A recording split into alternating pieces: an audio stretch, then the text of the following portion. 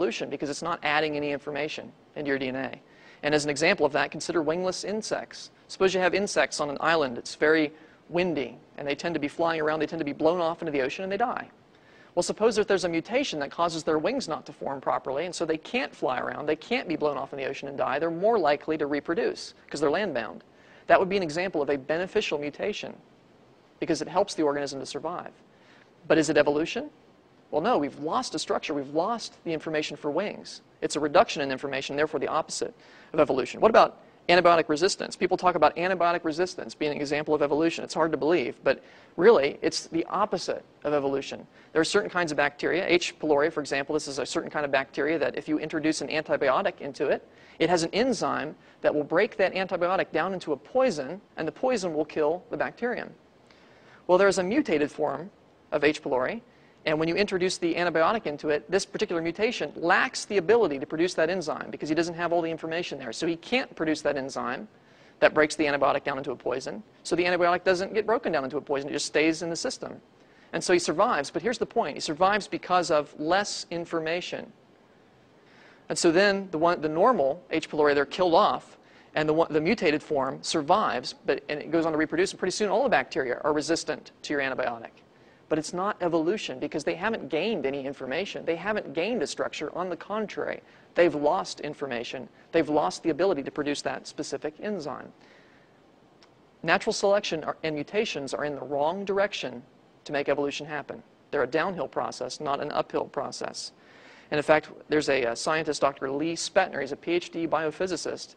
And he says that all point mutations that have been studied on the molecular level turn out to reduce the genetic information, not to increase it.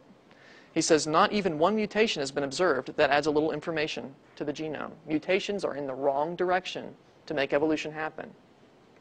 So when we take a look at DNA and we take a look at mutations and we apply good observational, operational science in the present and we see how these mutations work, we understand that it confirms what God has said in His Word. God made things perfect at the beginning, and mistakes have accumulated with time. Ultimately, because of sin, God removed a little bit of His sustaining power. It's what we would expect based on the Bible, but it's in the wrong direction for evolution. It's not consistent with evolution. Well, let's talk a little bit about information science. Because I've talked about information. What is information? Well, you sort of have a feel for what information is. If you've read a book, you know that there's, in a book, it's got information in it because it's got a code system. If I pick up a book like the Bible, it's got, letters in it. It's got a word. Here's the word horse, for example. If I take a look at that word, and I understand that it's not actually a horse in here, but it's a code. It represents something else. It's a code system. There's a language convention. The language, this one is in English. There, you can get other versions as well.